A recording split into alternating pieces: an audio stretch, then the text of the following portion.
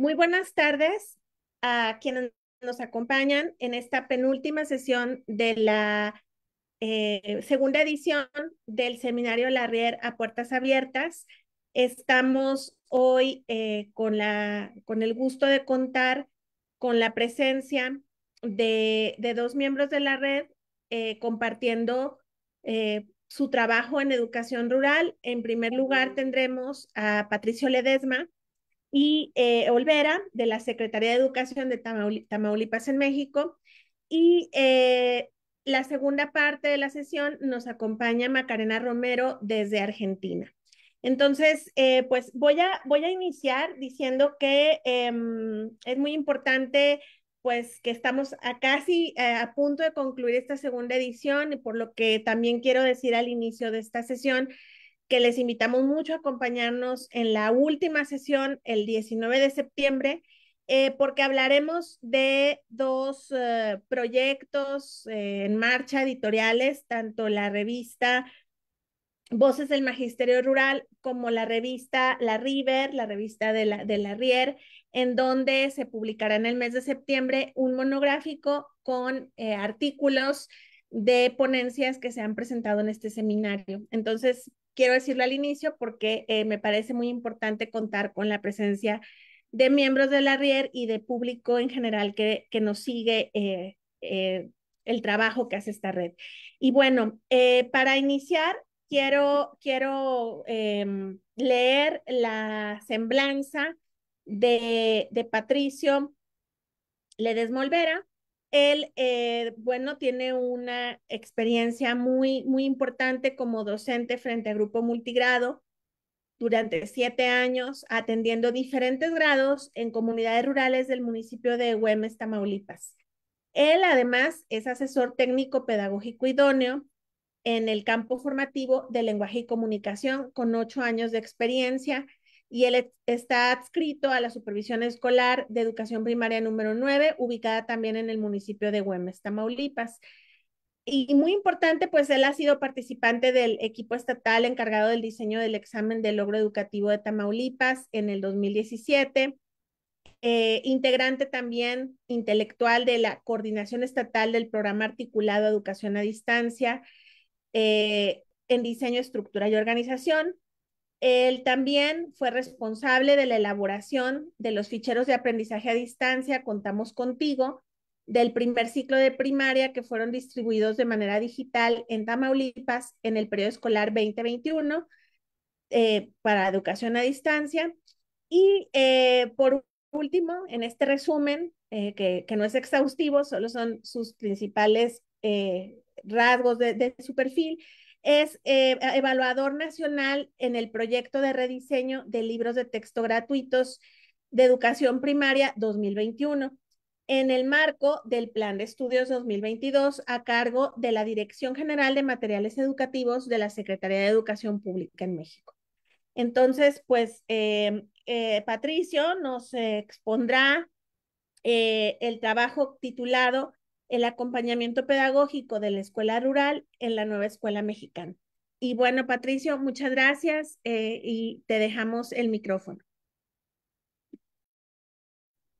Hola, muy buenas tardes. Muchas gracias por su amable eh, presentación y también por esta buena disposición para crear estos espacios que nos permiten conocer, compartir la diversidad de experiencias, ¿verdad?, que tenemos en la red de investigación de educación rural, RIER. Y bueno, pues es un gusto saludarlos. Y bueno, pues el día de hoy, como bien ha tenido decir presentarme. El caso que comparto precisamente es el acompañamiento pedagógico en la escuela rural en la nueva escuela mexicana. Un poco de lo que ha sido este proceso para nosotros como docentes de poder incorporarnos a un nuevo plan de estudio que es el 2022, pero a esta nueva escuela mexicana que viene es una política de Estado y que como tal pues implica un cambio, ¿verdad?, en toda la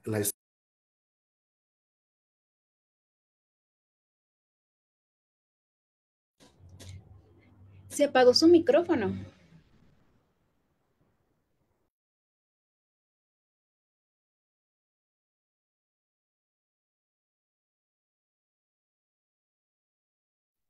Listo, ahora sí nos escucho. Sí, una disculpa. Muy bien, les mencionaba que precisamente este acompañamiento pedagógico de la escuela rural en la nueva escuela mexicana, que viene es una política de Estado y que como ella viene a transformar no solamente la cuestión de la enseñanza, sino que también tiene que ver con este punto de la infraestructura, de las políticas educativas y en sí creo es un proceso del cual continuamos aprendiendo, ¿verdad? En este sentido. Pero de manera muy particular el día de hoy me han permitido compartirles y les agradezco desde la visión de asesor técnico pedagógico que desempeño en la zona escolar y en la cual el poder estar en este proceso de acompañamiento a mis compañeros maestros, ¿verdad? Y en este punto, precisamente, pues a partir de estas experiencias que se han generado en la zona escolar, me permito comentarles lo siguiente. Y bueno, precisamente a este punto, uy, perdón. En este punto, puedo comentarles que precisamente el estado en el cual radico, pues es Tamaulipas, el municipio de manera muy específica en el que se encuentra nuestra novena zona escolar de educación primaria es Güemes, y bueno, pues está integrado por 12 planteles educativos, de los cuales 9 de ellos son del tipo multigrado. Es un municipio meramente rural y en este sentido, bueno, pues su población, de acuerdo con cifras oficiales, pues presenta entre 40 y 60% de rezago educativo, además de que en este sentido el porcentaje de rezago educativo va entre un 21,9% y bueno, los márgenes de la población que está sujeta, que acude a alguno de los niveles de educación primaria, pues radica entre un 40 y un 60%. Y bueno, en este contexto rural en el cual se ha desarrollado estos tipos de prácticas, pues nosotros nos hemos planteado y nos hemos permitido reflexionar sobre este proceso, que no ha sido nuevo, ya el ciclo escolar que acaba de concluir, pues digamos que fue el primero en el cual ya teníamos más certeza de cómo implementar, de cómo trabajar, pero como bien menciono, pues ya es un segundo ciclo escolar en el cual tenemos un nuevo plan de estudios, pero pues el antecedente principal sobre estas acciones de acompañamiento, pues parten de un diagnóstico educativo.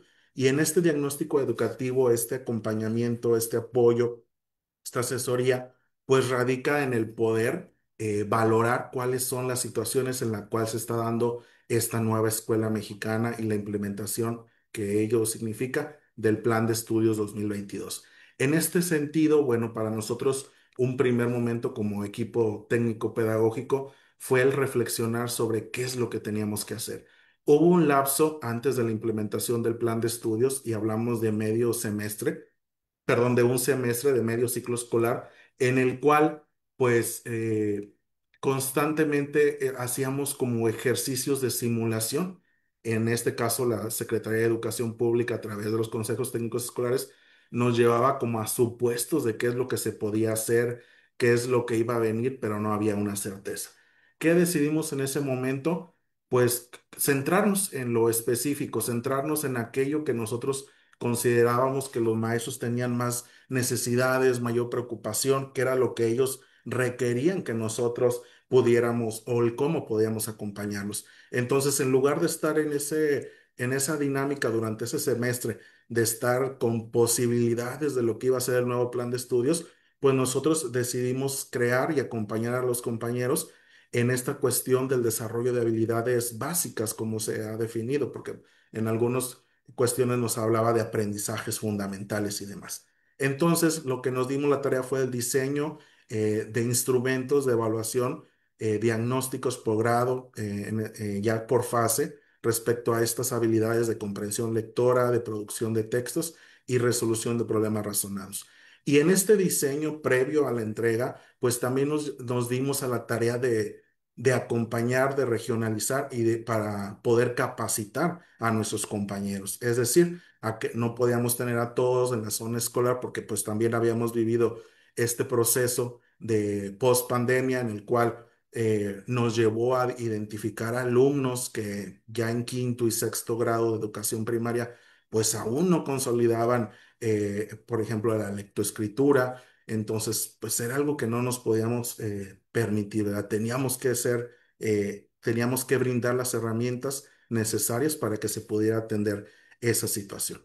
Entonces, en este punto, este es el paso que decidimos hacer y nos llevó a una dinámica de ir avanzando, ¿verdad? Sobre lo que considerábamos más necesario. Claro que en un primer momento pues había esa inquietud de decir por qué se hace una cosa y a lo mejor en otras zonas se está haciendo otra. Bueno, precisamente porque nosotros sabíamos que el llevarlos a esto, a lo que era lo necesario, pues nos iba a brindar elementos para el trabajo que iba a ser posterior, ¿verdad? Y en este sentido considero que fue un acierto porque quienes no se involucraron de esta manera, quienes estuvieron jugando o creando a la posibilidad, pues muchas de las veces terminaron cansados ya cuando era el momento de implementar el nuevo plan de estudios, ¿verdad? Y decían, pues a lo mejor trabajamos dos veces. Y en este sentido, bueno, pues nosotros les decía yo una regionalización, porque si bien son dos escuelas que están distribuidas en diferentes áreas, que están muy cercanas a determinadas carreteras tanto federales como estatales, y pues no son tan próximas. Entonces, ¿qué hacíamos? Pues regionalizábamos a lo mejor las escuelas más cercanas, que los maestros tuvieran un espacio en el cual dentro de su horario laboral ellos pudieran recibir una capacitación sin dejar de atender a los niños, porque ahí nos valíamos de los compañeros de la escuela normal que atendían a los niños cuando hacían sus prácticas. Entonces nosotros acudíamos en esos periodos, capacitábamos a los maestros en esta implementación de instrumentos para posteriormente ir abarcando cada uno de esos aspectos y también de manera muy cercana el poder entender más de cerca pues qué es lo que necesitaban los compañeros, ¿verdad? Y en este sentido, pues estos espacios de reflexión por colectivo consideramos que fueron muy interesantes. Además de esto, pues había algunos instrumentos de valoración a nivel estatal y este espacio de reflexión por colectivo nos permitía decir, bueno, ¿qué fue lo que obtuvimos? ¿Por qué creen que fue de esta manera? ¿Qué hicimos? Pero también qué omitimos a lo mejor en este proceso de aprendizaje, pero algo cercano, algo en lo cual ellos sintieran confiados y también decirles, una vez que nosotros estamos ahí en su escuela con ellos, en qué podemos ayudarlos, ¿verdad?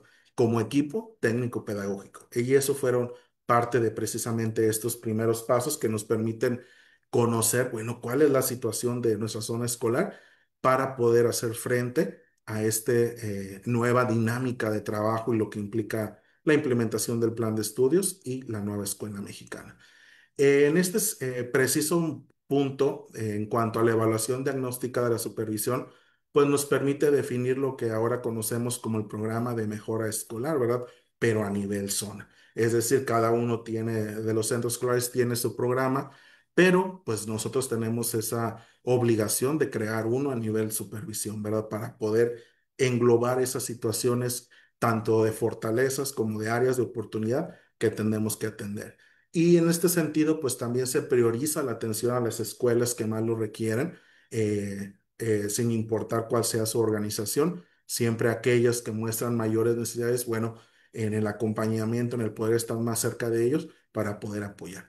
Y en este sentido, bueno, una de las inquietudes que surgió una vez que llega el Plan de Estudios 2022, que nos hablaban de este diagnóstico educativo, que nos hablaban de las fases, de lo que había en cuanto a la expectativa de que ya no iban a ser asignaturas como tal, ¿verdad? Sino que íbamos a trabajar en esta cuestión de una manera diferente, considerar los campos formativos y demás, todo lo que se dio un inicio, nosotros nos dimos a la tarea de ir más allá de lo que nos brindaba la Secretaría por medio de sus orientaciones. Es decir, muchas de las veces no eran lo suficiente, o sea, eran orientaciones que nos dejaban todavía muchas inquietudes, ¿verdad?, sobre qué es lo que vamos a hacer. Y creo yo que es bueno y es parte del aprendizaje porque ahora nos da esa oportunidad de decir, ok, y ya no estamos en esa dinámica donde todo se nos tiene que proporcionar eh, y tenemos que seguir al punto, sino que tenemos esta libertad de poder incluso nosotros investigar, de poder crear y, ¿por qué no?, también de poder reestructurar lo que se nos está brindando. Entonces, en este punto nos involucramos en equipos de trabajo, en organizaciones, y comenzamos a hacer unos equipos que a mi parecer son muy interesantes, porque en este acompañamiento pues no únicamente hablamos del equipo técnico pedagógico, sino que nos asumimos como un consejo técnico de zona escolar donde participan bueno, principalmente los directores de las escuelas, algunos comisionados, algunos directores titulares, ¿verdad? Y en este caso, ese consejo técnico de zona donde también participamos, está nuestra supervisora escolar y los asesores técnico-pedagógicos. Bueno, el poder asumirnos nosotros como parte de este acompañamiento, porque ellos también son parte de. Entonces teníamos a nosotros contamos con dos directores. Que nos pueden facilitar, digo que no atienden grupo, ¿verdad? Los directores titulares. Y en este caso ellos nos apoyaban y eran parte de estos equipos de trabajo junto con una compañera asesora de la jefatura de sector y nosotros de la supervisión escolar. Entonces hicimos equipos, nos organizamos y distribuimos a nuestros compañeros. ¿Para qué? Para poder atender lo que eran los procesos de adquisición de la lectura, la escritura, la metodología de la lectura y la comprensión, que fue algo muy interesante porque era proporcionar los instrumentos de tal manera que el maestro, pero no nada más proporcionarlo y darlo, y porque en este sentido sería como el valorar la práctica, pero sin involucrarlo, ¿verdad? Y nosotros lo que queríamos era precisamente lo contrario, sino el llevar esos instrumentos, pero que el maestro tuviera el espacio para reflexionar del porqué de ellos, ¿verdad? De por qué le podían ser una herramienta útil en su práctica profesional. Entonces, ahí es donde nosotros nos involucramos en esta regionalización y estas capacitaciones, donde era estar cerca de ellos, a lo mejor colectivos pequeños, tanto de 6 maestros como a lo mejor otros más grandes de 12, 14, pero era estar cerca de ellos para que tuvieran esa confianza o entre compañeros, entre colegas, continuar aprendiendo. Y en este sentido, por ejemplo, en la comprensión lectora, veíamos cómo no únicamente era, y nosotros marcábamos 3 puntos en cuanto a llevar de lo textual, lo inferencial, a lo crítico, ¿verdad? Y veíamos, bueno, cuáles son las preguntas que aplicamos a nuestros alumnos. Y muchas de las veces veíamos que decían, es que no me genera, no es algo capaz de generar una opinión, no es capaz de argumentar, pero veíamos que las preguntas eran totalmente textuales. Entonces, este es un ejemplo, ¿verdad?, de lo que tratábamos en estos talleres y era a partir de la reflexión del propio docente. No solamente decirle aquí está el instrumento y se aplica, no, es llevarlo al ejercicio, que reflexione y una vez que haya terminado este proceso de capacitación, ahora sí viene la implementación y después de la implementación viene otro ejercicio de acercamiento con ellos en los consejos técnicos escolares para reflexionar, bueno, qué resultados obtuvimos, qué hicimos, qué tenemos que mejorar, ¿verdad? En nuestra práctica. Y en este punto, bueno, pues hay otros ejercicios que tienen que ver con taller de escritores y pues la política de aprendizajes fundamentales, que es una política que se aplica aquí en Tamaulipas y que está dirigida a fortalecer la práctica docente de manera muy particular en los grados de primero, segundo y tercero, para consolidar en este caso la lectoescritura, ¿verdad? Y en ese ejercicio pues han surgido diferentes cuestiones. El aprendizaje en colectivo es algo que considero yo fundamental y como una parte de esta experiencia que hemos llevado en esta nueva escuela mexicana, porque nosotros lo que hicimos fue que una vez que nos llegó toda esa información, una vez que llegó el nuevo plan de estudios y que había toda esa diversidad de dudas y que muchas veces los maestros decían, ¿y qué voy a hacer? ¿Y en qué momento voy a planear? ¿Y cómo hago los proyectos? Y a veces hasta decían, bueno, es que si hago uno del aula, ¿cómo voy a hacer uno de escuela? ¿O cómo voy a participar en uno de comunidad? Y era parte de esas inquietudes, ¿verdad? Porque pues estábamos ante algo nuevo, algo por conocer y que teníamos que aprender respecto a.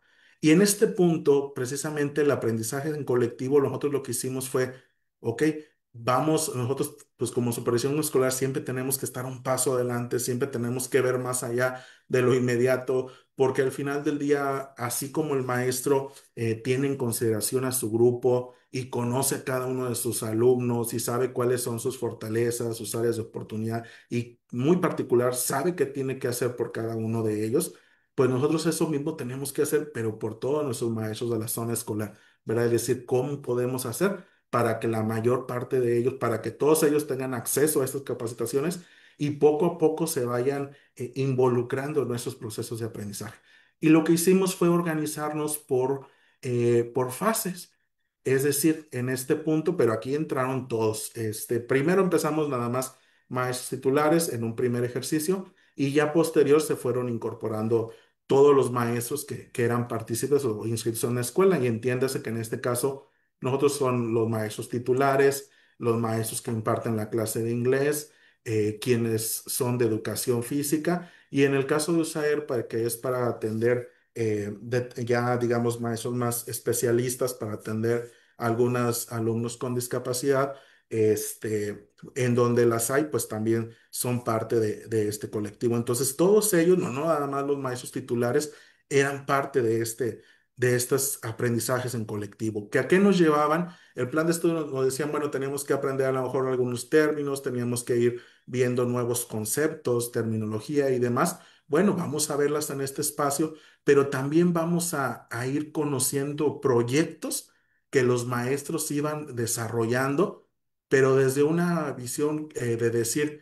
qué es lo que está, generar este espacio para que los maestros pudieran visibilizar sus prácticas y que los demás, al ver esa práctica, pudieran reflexionar sobre la propia, como un ejercicio de introspectiva profesional, ¿verdad? Era el deseo en este sentido, uno de los propósitos. Y poco a poco, claro está, es un proceso y poco a poco lo fuimos llevando. Entonces teníamos este espacio donde analizábamos el nuevo plan de estudios, que les decía yo, con la compañía de ese director que me apoyaba, que nos apoyaba cada uno de ellos, llevábamos el trabajo a la par con nuestros maestros en la diversidad de funciones. Y así, toda la zona escolar era la dinámica que llevábamos durante los consejos técnicos escolares del ciclo escolar anterior, cuando se implementó el plan de estudios. Y totalmente en este punto llevábamos a esta presentación de proyectos, exposición de proyectos implementados, pero no era solamente el poder exponer, como lo decíamos a lo mejor, una diapositiva, porque decíamos, ok, puedes traer una diapositiva, lo platicas y demás, pero ¿dónde está el material? ¿Dónde está lo que se está generando? ¿Dónde están esos que ahora se denominan entregables, ¿verdad? Que producen los alumnos y demás. Y aquí esta imagen que les comparto es de esa primera experiencia que tuvimos con una escuela que se atrevió a construir un proyecto en comunidad que marcaba precisamente sobre algunos personajes distinguidos de su comunidad que rescataba la memoria colectiva de la comunidad donde radica. Y bueno, se le dio este espacio que ustedes pueden observar, ahí estábamos, toda la zona nos reunimos en una escuela, y ahí en esa escuela ellos generaron este espacio donde llevaron algunos de los proyectos que presentaron en su cierre de proyectos en particular, y ahí estaban a la exposición de todos. Entonces, había dos compañeros de esa escuela en cada una de las fases, en cada uno de los tres grupos de la zona escolar. Entonces, ellos tenían la oportunidad de compartir qué fue lo que hicieron a los demás compañeros y después íbamos al patio de la escuela y ahí conocíamos los materiales que ustedes pueden ver. Entonces, aquí es una imagen muy especial en ese sentido para mí, porque marca una pauta de cómo comenzamos este proceso, ¿verdad?, de aprendizaje. Y posteriormente lo que se fue dando fue una dinámica en la cual los maestros, los compañeros comenzaron a entender cómo era posible implementar proyectos. Entonces, nosotros lo que los llevábamos a precisamente nuestro compromiso, nuestra, objetivo es llevar a los maestros y fortalecer su práctica a través del trabajo en estos colectivos y que sea una cuestión de reflexión sobre lo que se presenta, pero no de una manera somera, o sea, nada más de decir, a ver, vienes y presentas y ya. No, sino de presentar, de exponer, y a lo mejor en algunos casos, porque somos varios, había maestros que presentaban en el aula con sus diapositivas y demás, videos que nos compartían, pero todos tenían la oportunidad de presentarlo en el área del espacio escolar, ¿verdad? En esta cancha que se asignaron espacios por escuela y cada uno de ellos fue presentando. Entonces, en este diálogo, en este ejercicio de reflexión, que se impulsó por medio del acompañamiento, digamos que hubo una construcción compartida del conocimiento, que había una autonomía profesional porque en ningún momento se les decía qué es lo que tenían que hacer, sino que ellos a partir de las características de su comunidad, a partir de las necesidades de sus alumnos, de sus fortalezas, pudieran decidir cuáles eran los proyectos que iban a implementar. Pero aquí, en estos espacios colectivos, había, digamos, un espacio precisamente para reconocer su labor, para entender qué es lo que estaban haciendo en este saber profesional y pues desde una manera crítica de reflexionar, en un papel de compromiso, de escucha y creo yo de reconocimiento mutuo, porque tú al ver lo que el otro compañero está desarrollando, pues también aprendes, ¿verdad? Entonces, poco a poco nos fuimos involucrando en esta dinámica y aquí les presento la segunda imagen ese espacio era que una escuela multigrado expone y poco a poco veíamos cómo había este entusiasmo de los maestros por llegar, porque antes de comenzar los talleres ellos llegaban minutos previos a las 8 y ya estaban montando todas sus participaciones y de esa manera lo estuvimos haciendo durante los consejos técnicos escolares. Y ahí pueden observar ustedes que teníamos este primer espacio donde en un aula ellos exponían, ellos compartían, escuchaban y aprendíamos en este diálogo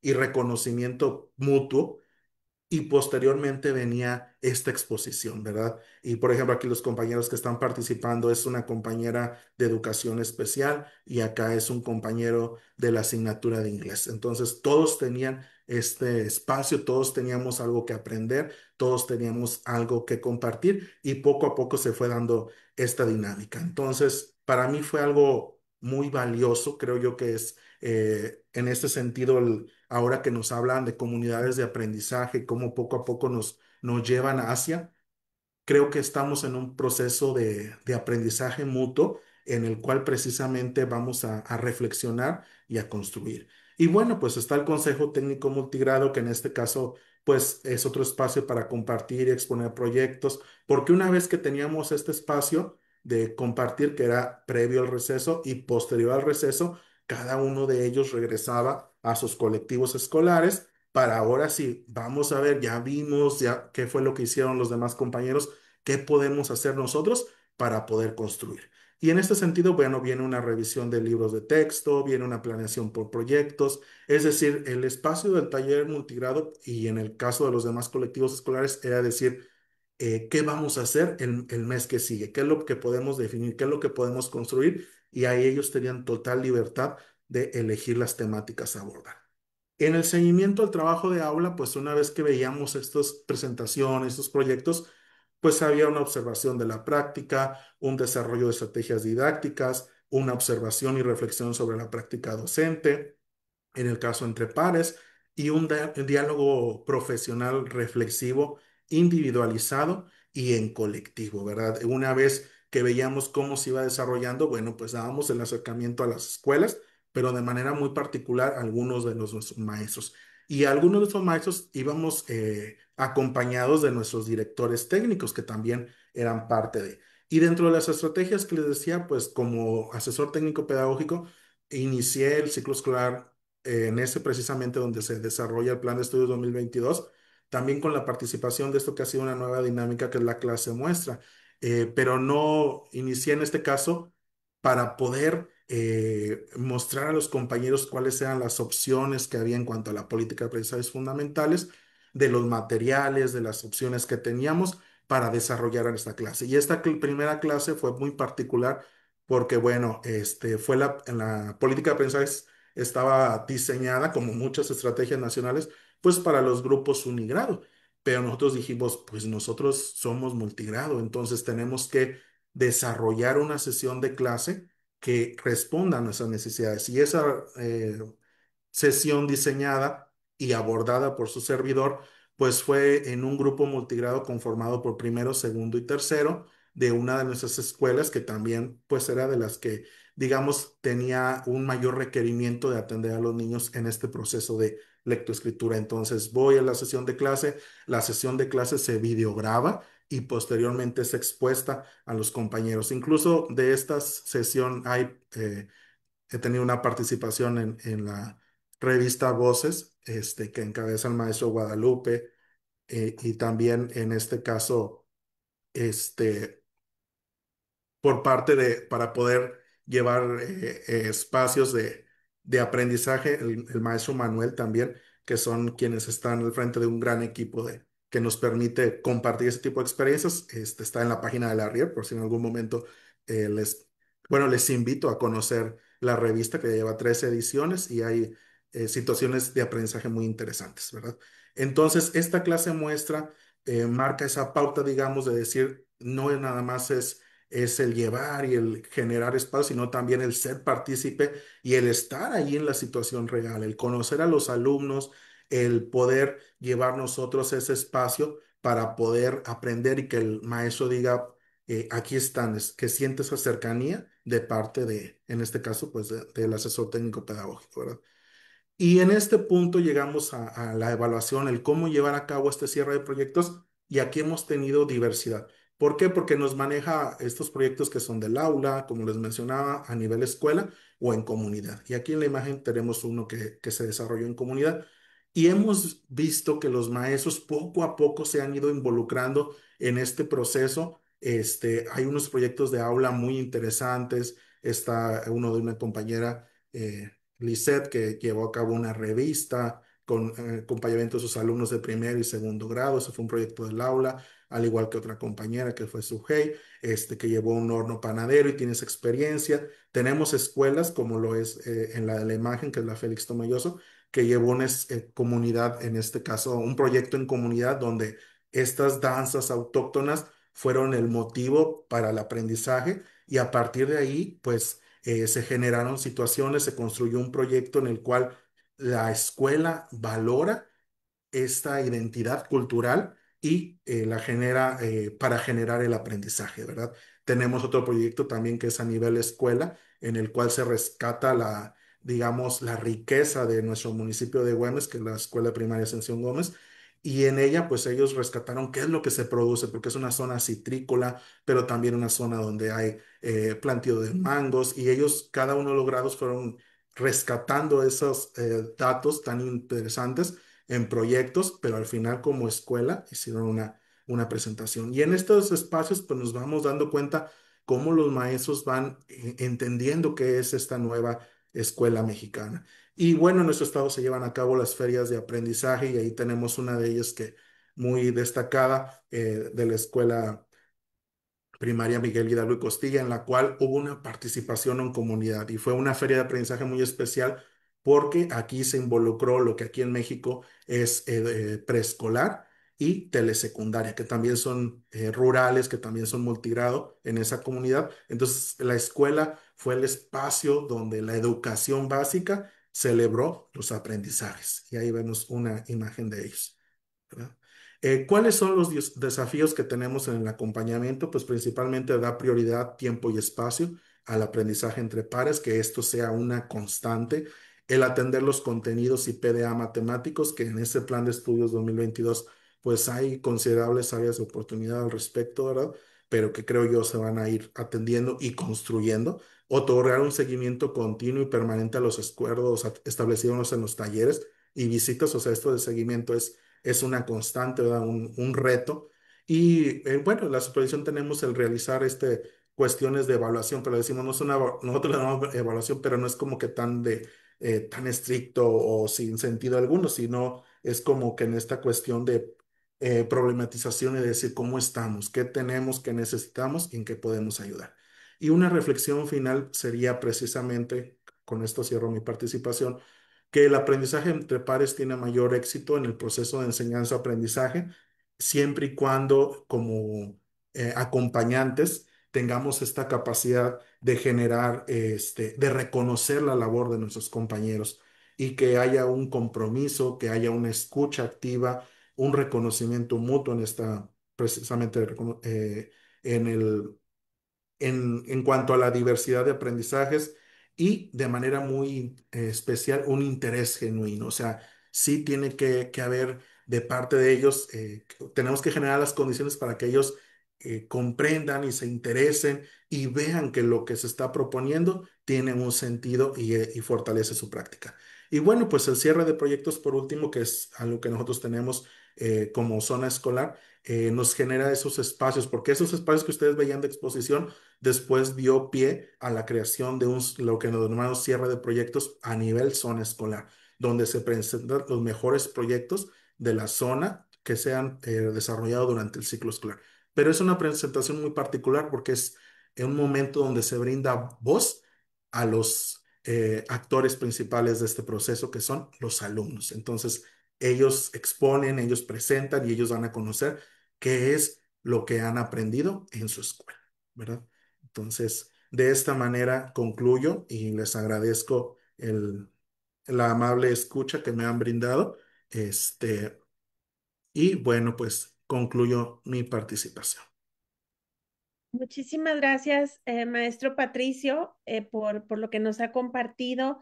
Hay muchos saludos, muchos comentarios, preguntas, y pues nos da mucho gusto tener a un gran público de la red y también que no forma parte de la red, pero que tiene interés en lo que aquí se expone. Voy primero a pasarle los saludos y luego algunas preguntas Ok. que son, creo, muy importantes. Le mandan saludos Juan Reyes Puente, también Cristina Gracias. Martínez Zúñiga, Juan desde Soledad de Graciano Sánchez en San Luis Potosí, también José Vasconcelos le manda saludos desde la cuna del Movimiento Multigrado Nacional en El Matehuala. maestro Guadalupe, que también es compañero de la Rier. Ok, no más que no decía su nombre, pero bueno. Y le manda saludos también Marta Olivia Peña desde Hermosillo, la maestra Arely Hernández desde el Valle del Mezquital en el estado de Hidalgo, Irma Cecilia Yocupicio Zazueta del Quinto Chojoa, Sonora, María Morales desde Querétaro. Y bueno, ellos le mandan saludos, pero le tengo varias preguntas. A ver, bueno, primeramente también el maestro Zenobio Popoca le manda saludos y le dice que un reto es el acompañamiento horizontal y cómo favorecer la autonomía de los docentes, ¿sí? Entonces, aunado a eso, el maestro Guadalupe le pregunta que, o sea, también sobre los retos, como los retos de una ATP para el acompañamiento eficiente y eficaz en el marco de la nueva escuela mexicana. Entonces, esas dos preguntas tienen la relación de, pues, cómo favorecer el acompañamiento asociado también a favorecer la autonomía. Y le digo otra, pero no es la última, ¿eh? El maestro Zenobio dice también, le pregunta, ¿se le debería seguir llamando capacitaciones o qué otro concepto formativo más horizontal? ¿Sí?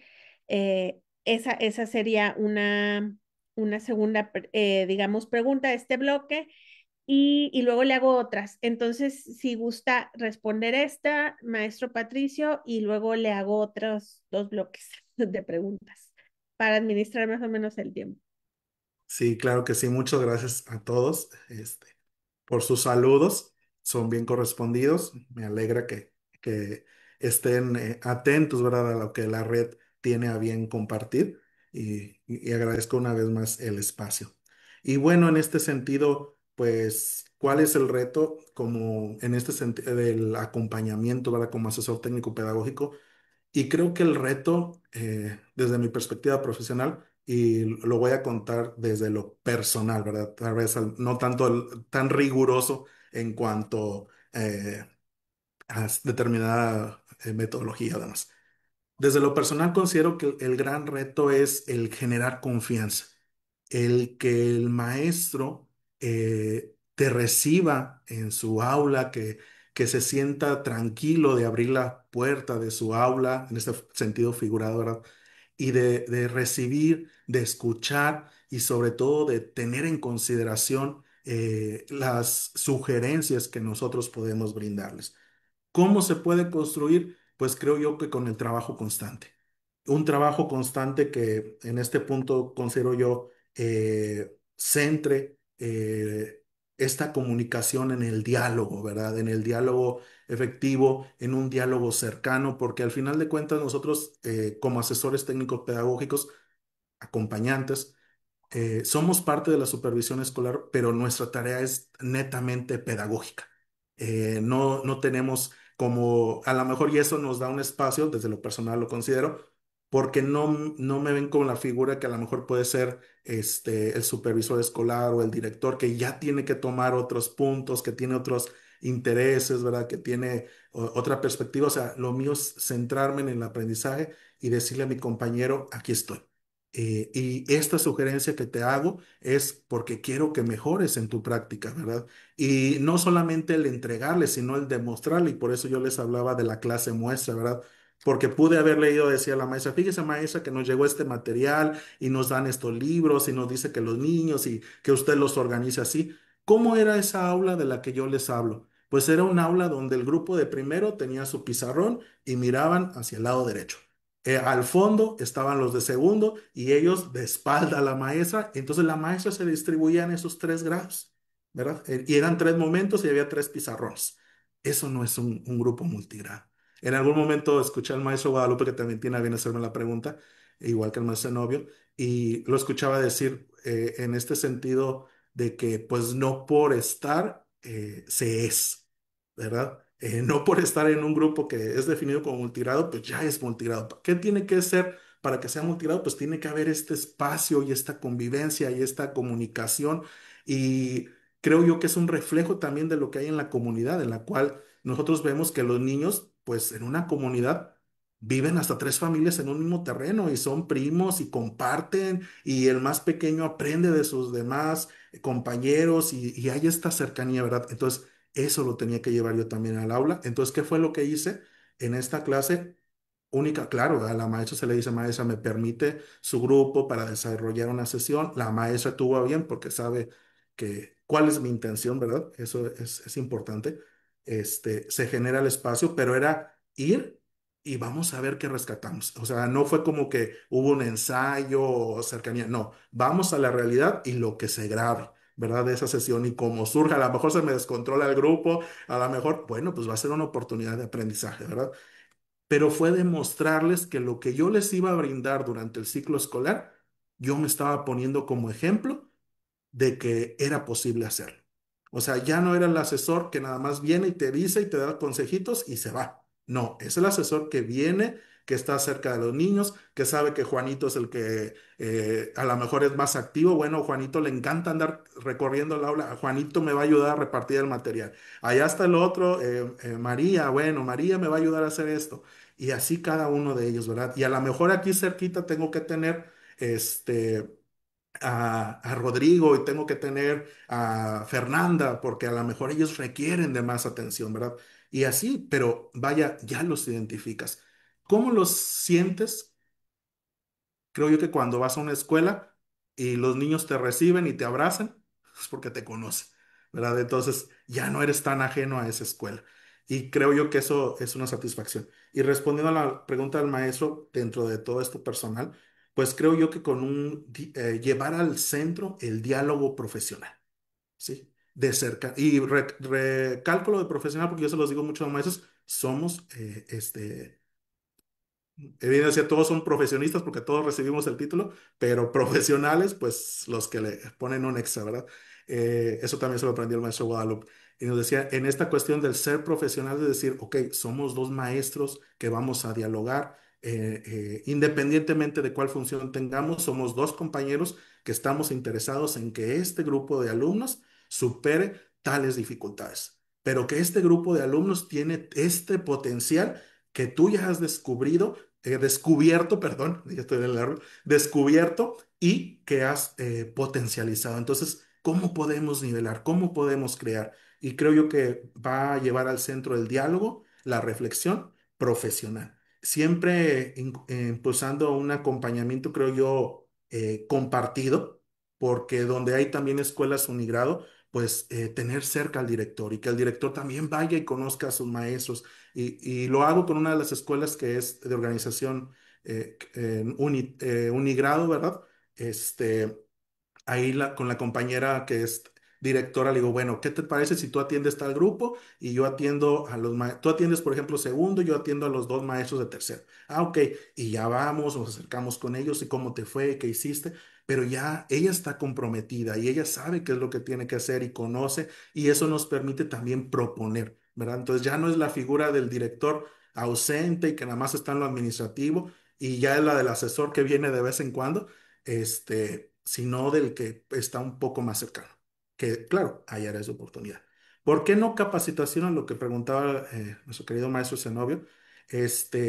Bueno, creo que ahí sí tenemos que modificar esos términos, ¿verdad? Porque aspiramos hacia comunidades de aprendizaje. Entonces, tal vez sería el construir estas redes de aprendizaje, ¿verdad? Para poder generar, como nosotros les decía, yo tuvimos esto que para mí es muy importante, que fue el trabajo por fases. Bueno, pues en un primer momento, pues compañeros de fase, pero después veíamos que dentro de estas redes, de estos grupos que habíamos organizado de maestros, un grupo primero, segundo, tercer y cuarto grado y quinto y sexto. Y por ejemplo, yo estaba a cargo de los de tercero y cuarto. Entonces, una vez que ellos generaron que estaban cerca, ya la segunda y tercera sesión, incluso los proyectos fue como se generaron estas redes, ¿verdad? Los maestros se ponían a proponer, oye, fíjate que yo también voy a hacer este proyecto donde los niños van a realizar cartas. Y de momento, ellos, sin que hubiera una línea o algo por parte de la supervisión, ellos se organizaron de tal manera que hubo una correspondencia entre comunidades, donde los niños le escribían a los de otra escuela y le respondían, incluso la escuela que les hizo llegar un detalle junto con la carta, porque ya tenían un amigo en otra escuela y el maestro daba el espacio para que se leyeran las cartas y demás. Entonces, ahí ya fueron más allá de lo que nosotros estábamos planteando y es lo que queríamos, porque al final de las cuentas el acompañamiento es fortalecer la práctica, pero no es de que siempre te voy a llevar, sino que vamos a aprender juntos y que haya un momento donde tú seas capaz de construir, ¿verdad? De construir para fortalecerte. Espero haber atendido las preguntas y si no, pues háganmelo saber. Estoy en la mejor disposición. Gracias, Patricio. Mira, te voy a hacer algunas otras preguntas. Algunas están conectadas, voy a tratar de conectarlas. El maestro Guadalupe te pregunta también, ¿cómo dimensionan los docentes que usted conoce a la nueva escuela mexicana? ¿Están en la misma sintonía, dado que pues la idea es construirla en colectivo, ¿no? Esa es una pregunta. Y también pregunta el maestro Guadalupe cómo seleccionaron los aprendizajes fundamentales. Y bueno, él también le hace una tercera pregunta desde su perspectiva y experiencia. ¿Cuál puede ser el perfil de desempeño del docente multigrado y ese perfil que el acompañamiento debe fortalecer? Entonces, esas son un conjunto de preguntas del maestro Guadalupe. Y otra pregunta se refiere a que al trabajar con proyectos en un aula multigrado, eh, ¿en dónde o cómo se aborda el proceso de lectoescritura sin dejar de abordar los contenidos y llevar los proyectos? O sea, ¿cómo se conjunta proyectos y proceso de lectoescritura? Y un saludo de Fernando Flores Velázquez del Centro de Investigación e Innovación de la Educación en Toluca. Entonces, están esas preguntas. Maestro Patricio, si podemos ser más sintéticos para también darle oportunidad a nuestros compañeros que están aquí conectados de hacerle alguna pregunta o comentario y bueno, adelante. Sí, muchas gracias. Me encanta hablar, ya se dieron cuenta. Bueno, compartir, ¿verdad? En este punto espero poder atender las preguntas que me hace el maestro y que sé que son dudas generales que podemos tener cada uno. En ese sentido, ¿cómo abordar la nueva escuela mexicana? Pues creo que lo que hemos compartido con ellos es siempre el tener en cuenta que estamos en un proceso de aprendizaje, ¿verdad? Que es algo que no todos conocemos de él a la perfección, pero que dentro de este acompañamiento como asesor técnico pedagógico y parte de la supervisión escolar, pues siempre tengo esa encomienda o esa tarea de ir un paso adelante, ¿verdad? De buscar también actualizarme, de buscar la forma. de ser partícipe de talleres, de diplomados en los cuales yo pueda comprender más lo que implica la nueva escuela mexicana para posteriormente comentarlo con mis compañeros, hacerles saber, compartirles para que poco a poco vayamos aprendiendo, sobre todo en lo que consta de identificación de algunos documentos que nos pueden fortalecer al respecto, ¿verdad? ¿Cómo pueden saberlo? Pues creo yo que también la nueva escuela mexicana nos lleva al cambio de actitudes, de entender que dentro, si estamos hablando de que hay nuevos materiales, de que hay nuevas prácticas, pues las prácticas no nada más son del maestro, sino también de quienes los acompañamos, ¿verdad? Y creo yo que en este proceso de acompañamiento todavía estoy aprendiendo a aprender y en este punto espero, pues a lo mejor todavía falta un tiempo para decir si sí lo he logrado o no, pero considero que vamos en el camino, ¿verdad? Y que hay esta apertura también de decir si algo de lo que proponemos no es lo correcto, lo corregimos. ¿Cómo seleccionamos aprendizajes fundamentales? Bueno, en este caso la Secretaría de Educación de Tamaulipas define algunos de ellos, pero siempre partimos de que el maestro sea el que tiene esa autonomía, ¿verdad? El maestro es el que decide qué proyectos va a implementar, el maestro es el que ya se va al plan de estudios y ahora que el plan de estudios también, digamos, es más fácil de analizar en cuanto a que está organizado por fases, pues nos permite ser muy específicos, ¿verdad? De qué es lo que podemos encontrar, qué es lo que podemos en cuanto a un contenido, en cuanto a un PDA, y esto pues es esa libertad de los maestros. ¿Qué es lo que tengo que hacer yo? Pues sentarme con ellos, escucharlos, que me expongan el qué es lo que están haciendo en ese diálogo, ¿verdad? Y poder ya a partir de ello identificar, ¿verdad? Y si hay alguna sugerencia de mejora, a lo mejor lo que tengo que hacer es que, ok, usted está abordando este contenido, pero fíjese que acá también está este otro PDA, cómo podemos complementar para desarrollar, y más si es en un grupo multigrado. El cómo abordar este proceso de lectoescritura, pues con la práctica constante, o sea, no es como algo ajeno a, es parte del proceso, ¿verdad? El poder generar espacios para que los niños se acerquen a la convencionalidad de la escritura, ¿verdad? El poder llevarlos, el generar espacios. El maestro de primero tiene los primeros grados tiene muy en claro que hay que leerle diariamente a nuestros niños, ser esos modelos de escritura y de lectura que ellos aspiren en algún momento y que aprenden que de cuál manera podemos modular nuestra voz, que tenemos que respetar ciertos signos, que podemos, o sea, hay una diversidad, yo diría, que esta pregunta que decían cómo abordarlo, con la práctica constante. Sé que soy muy general en este sentido, ¿verdad? Pero a lo que voy es que no son como cosas apartadas o que tengamos que ver de manera distinta, sino que es un todo, ¿verdad? En la práctica, ahí lo vamos llevando. El perfil del docente multigrado, pues el primero creo yo que no sé si sea tan específico, pero creo yo que en este sentido lo que les decía de asumir lo que somos, no vernos como de lo que carecemos, sino de las fortalezas que tenemos al ser un docente multigrado. ¿Cómo tendría que ser ese perfil? Pues creo yo que un primer punto es que sea un maestro que se asuma como tal, ¿verdad? Que se asuman como un multigrado. En este sentido del ser, ¿verdad? ¿Qué es ser un maestro multigrado? Pues habrá otros puntos a considerar, eh, pero bueno, en lo general creo yo que tendría que ser este maestro que entienda que en esa diversidad del grupo que le ha sido asignado, en esa diversidad de aprendizajes y demás, él puede crear las condiciones para el aprendizaje. Y que si bien hay retos, también hay áreas o fortalezas que le pueden ayudar a potencializar el aprendizaje. Y bueno, espero haber respondido a los planteamientos. Tenemos aquí también un comentario de nuestro colega Lisandro que está acompañándonos en Zoom y bueno, me voy a permitir leerlo. Es muy interesante la presentación, es muy importante el tema del acompañamiento a docentes en servicio y de los procesos de formación situada, atendiendo a los procesos de retroalimentación y que recuperan saberes, prácticas, posicionamiento en relación con la enseñanza en contextos diversos y los potenciales aprendizajes significativos. Excelente el planteo de aprendizaje en comunidad. Muchas gracias por este hermoso aporte para seguir pensando. Y bueno, sí, maestro Patricio, ha sido muy inspirador también escucharle como un ATP y un docente muy comprometido con su profesionalismo, con el aprendizaje no solo de niños, niñas, sino de los propios docentes, ¿no? Y me parece muy potente el mensaje de aprendizaje en colectivo y fortalecimiento de la práctica en colectivo.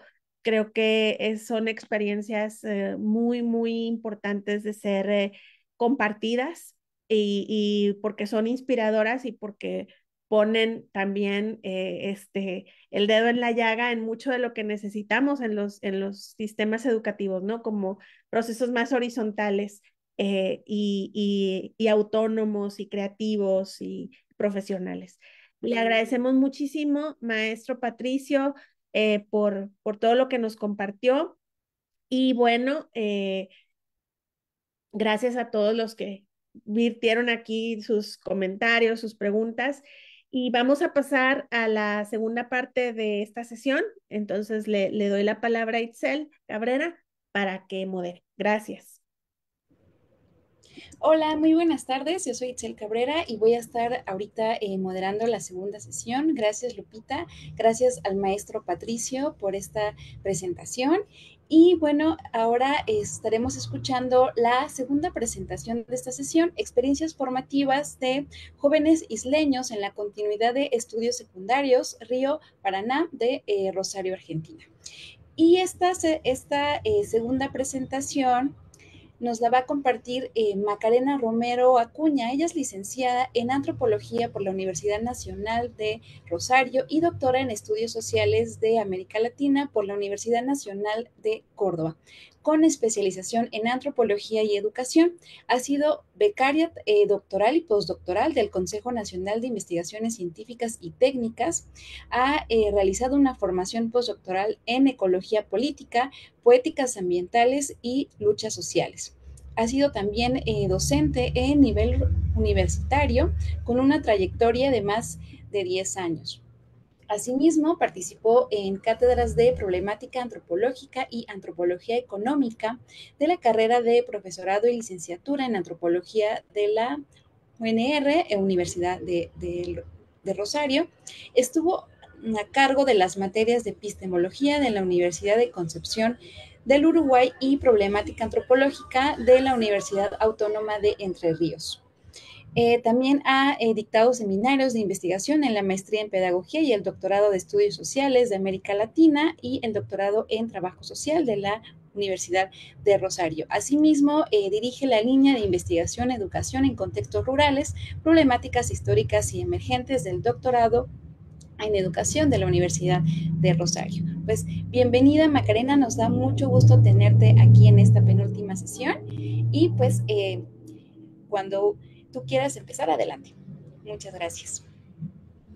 Hola, muchas gracias Ilse por la presentación, muchas gracias a todos y todas quienes están coordinando esto. Y bueno, gracias también a quienes están participando del otro lado de la pantalla, ¿no? Voy a estar compartiendo ahora mismo. Díganme porfa si se ve bien. Ahí está. Sí. Bien. Dame un segundito que pongo para presentar desde el principio. Ahí está. Creo que ahí lo están viendo bien, ¿verdad? Sí, se está viendo bien. Gracias. Muy bien, gracias por confirmar. Bueno, como bien presentó Ilse, voy a hablar de las experiencias formativas de jóvenes isleños en la continuidad de los estudios secundarios en una zona muy particular, que es la del río Paraná. Para que ustedes se ubiquen, esto queda frente a la localidad de Rosario, ¿sí? Argentina, porque bueno, el río Paraná es un río que surge en Brasil, atraviesa, digamos, toda la Argentina hasta desembocar en el río de la Plata, ¿bien? Un poco por la formación que fue describiendo Itzel, esta investigación forma parte del doctorado, de la propuesta doctoral y postdoctoral, ¿bien? Así que se nutre fundamentalmente de esa formación, de algunos proyectos de investigación de los que formo parte, pero también se nutre de una militancia territorial, de proyectos de extensión universitaria, bien, de un ejercicio profesional que tiene que ver con aquello que Rita Segato llama como antropología por demanda, es decir, tiene un fuerte trabajo y anclaje en y con el territorio. Bien.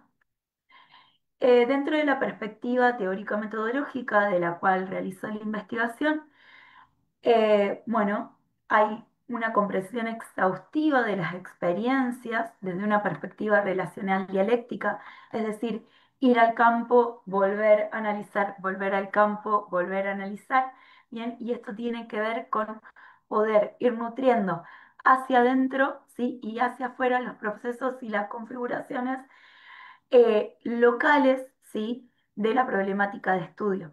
Como bien decía Itzel, el enfoque es socioantropológico, bien, tiene aportes concretos de la antropología, como el trabajo de campo.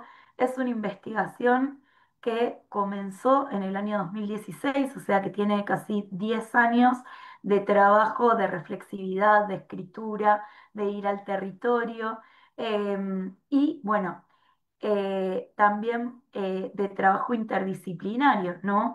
No solo con otros antropólogos, sino con docentes, con personas que son, por ejemplo, biólogos, biólogas, em, y que están también trabajando en el territorio, trabajadores sociales, maestras, maestros, etcétera, etcétera.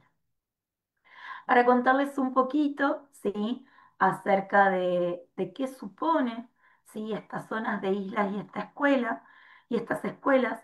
Bien, contarles que el río Paraná es una formación que tiene, que, bueno, como les contaba, surge en Brasil, atraviesa toda la Argentina, esto es, atraviesa 5 provincias de la Argentina y en la zona de estudio concretamente vamos a encontrar que entre las zonas continentales de la ciudad de Rosario y de la ciudad de Victoria hay 70 kilómetros, 70 kilómetros de río, ¿sí?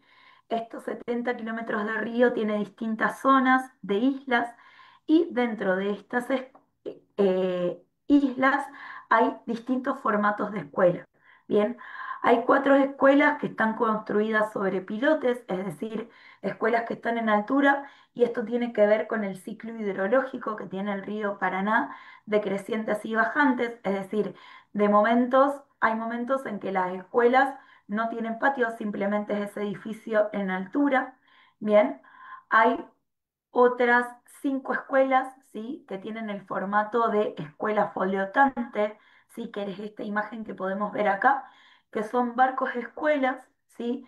Que se van trasladando los barcos escuela dependiendo no solo de las características hidrológicas del río, sino que también de los trabajos que tienen las distintas familias, ¿sí? Algunos trabajan en relación a la pesca, otros en relación al cuidado de ganado, y eso, ¿sí? Va a generar cierta circulación de la población en distintas islas y a partir del año 2013 se implementa esta modalidad, ¿sí? De escuela flotante, ¿sí? Es decir, barco escuela que va migrando dependiendo de la migración de las familias. Finalmente, hay 2 escuelas que están construidas al nivel de la tierra, que son lo más parecido a una escuela rural o a una escuela urbana, digamos, que podamos encontrar. Es decir, está el terreno sobrelevado y las escuelas, ¿sí? Tienen acceso y patio y no sufren estas condiciones de inundabilidad o de migraciones de las familias, ¿no? Como bien les contaba, ¿sí? Acá podemos ver dentro de lo que es la zona de estudio, ¿sí? Aquí está la zona de continente, la otra zona de continente, estos son los 70 kilómetros y bueno, hay distintas islas y distintas escuelas que están marcadas aquí en el mapa, ¿sí? Particularmente me voy a enfocar, ¿sí? En una escuela que pertenece a la provincia de Santa Fe, que está ubicada aquí, por donde tengo el cursor en este momento, ¿sí? Pero sin embargo, sí quiero comentar que hay una particularidad, ¿sí? Y que tiene que ver con que, si bien la escuela secundaria es obligatoria desde el año 2006, ¿sí? Estas 12 escuelas que yo les comentaba que tienen tres tipos de modalidades, de escuelas flotantes, escuelas elevadas y escuelas que tienen el terreno sobrelevado, ¿no? Solamente hay tres escuelas, ¿sí? Que tienen la modalidad de escuelas secundarias. Las otras escuelas que quedan por fuera, ¿sí? Tienen que los estudiantes migrar o a la ciudad de Rosario o a la ciudad de Victoria, o tienen que desplazarse a alguna de estas otras islas, ¿sí? Para poder acceder a la escuela secundaria. Bien. Y finalmente, algo que queda por decir es que este río, ¿sí? Pertenece a dos provincias distintas, con lo cual se entrecruzan, ¿sí? Por un límite geográfico que es totalmente ficticio, pero bueno, que marca algunas cuestiones que son fundamentales,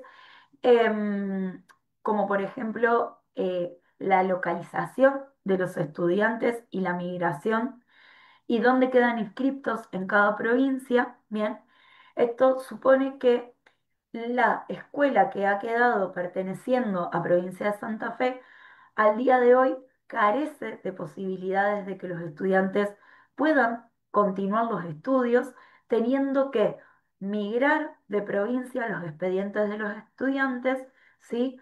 O siendo de manera obligada el cruce del río para poder garantizar la escuela secundaria en la ciudad de Rosario. ¿Bien? ¿Por qué hablo de las experiencias formativas que tienen los niños y no de las experiencias educativas? Esto tiene que ver con que las escuelas, bien, em, tienen una larga data, son escuelas que han sido fundadas desde el año 1930 en adelante, ¿sí? Y que bueno, la categoría de experiencias formativas me permite a mí incorporar no solo los conocimientos que se generan al interior de la escuela, sino aquellos conocimientos que los jóvenes, las infancias, tienen, ¿sí? Por fuera de la escuela, pero que llegan a la escuela de igual forma, ¿no? Conocimientos vinculados a la pesca, al cuidado del ganado, a la apicultura, a la huerta, ¿sí? Que luego son retomados al interior de la escuela para la formación de los estudiantes, ¿sí? Y también tomo esta categoría de experiencias formativas teniendo en cuenta algo que traigo con los registros de campo y que tiene que ver con la formación intergeneracional y aquello que sucede en la casa, ¿no? Que también se introduce en la escuela. Porque, por ejemplo, aparecen registros, ¿no? De bueno, acá vienen mis hermanos, trabaja mi abuela, también vino mi mamá a esta escuela, me queda cerca de la casa, la casa de mi madre está acá al lado, vengo aquí porque es así, me anotaron en esta escuela chiquita y fue el maestro quien fue a la casa a buscarme, ¿no? Eh, por otro lado, se da una situación particular dentro de lo que es la escuela de provincia de Santa Fe, que es que en el año 1936 se inaugura esta escuela, pero en 1943 se hace una cesión de tierras, ¿sí? De 10 hectáreas de tierras, para que las familias, ¿sí? Se instalen en esta porción, ¿sí? En este sector de tierras y facilitar, ¿sí? El acceso a la escuela primaria, ¿sí? Es muy importante resaltar, ¿sí? Que esta es una foto más o menos de cómo es el territorio, ¿sí? Y de cómo podemos pensar ciertas lógicas de ruralidad, pero si prestan atención, todas las casas están sobrelevadas porque durante los ciclos de inundación, que generalmente van desde la época de mayo a octubre, el agua llega a más o menos esta altura, con lo cual, sí, es fundamental las escaleras y la sobrelevación de las casas para la vida, ¿sí? De las familias. También algo importante que dejé a medio mencionar es que estas familias logran la escuela primaria en el territorio en base a muchas luchas, ¿sí? A muchos pedidos que se realizan y que son tomados a partir de los distintos ministerios, bien, y a partir del año 2006, que se vuelve obligatoria la escuela secundaria, los docentes empiezan a detectar que al no haber escuela secundaria en el territorio es importante dicha implementación, ¿sí? Y empiezan a tejer pedidos y reclamaciones, logrando que para el año 2013 aparezcan las primeras escuelas secundarias de islas, siendo la primera egresada de escuela de isla en el año 2017, ¿no? Aquí vemos un claro ejemplo de cómo, ¿sí? Las políticas públicas, si bien tienen una implementación en el puño y letra, ¿sí? La implementación real en el territorio llega más tarde, ¿no? Estamos hablando de que en el año 2013 recién aparecen las primeras maestras de escuelas secundarias que se desplazan, ¿sí? Desde la localidad de Victoria, 70 kilómetros, ¿sí? Para llegar a la localidad de Rosario, y desde la localidad de Rosario generar los distintos cruces. Esto tiene que ver con que en el año 2003 se inaugura un puente, ¿sí? Que es el puente Rosario de Victoria, que genera un gran endicamiento y corta, ¿sí? Mucho los cruces entre las islas, ¿no? Logrando que, por ejemplo, no se pueda acceder más que o cruzando de esta, por ejemplo, esta isla de acá, no se puede acceder porque aquí hay un puente ahora, bien, que en ese momento no existía, y entonces los docentes tienen que hacer ese trayecto, venir hasta esta zona y desde esta zona cruzar en lancha.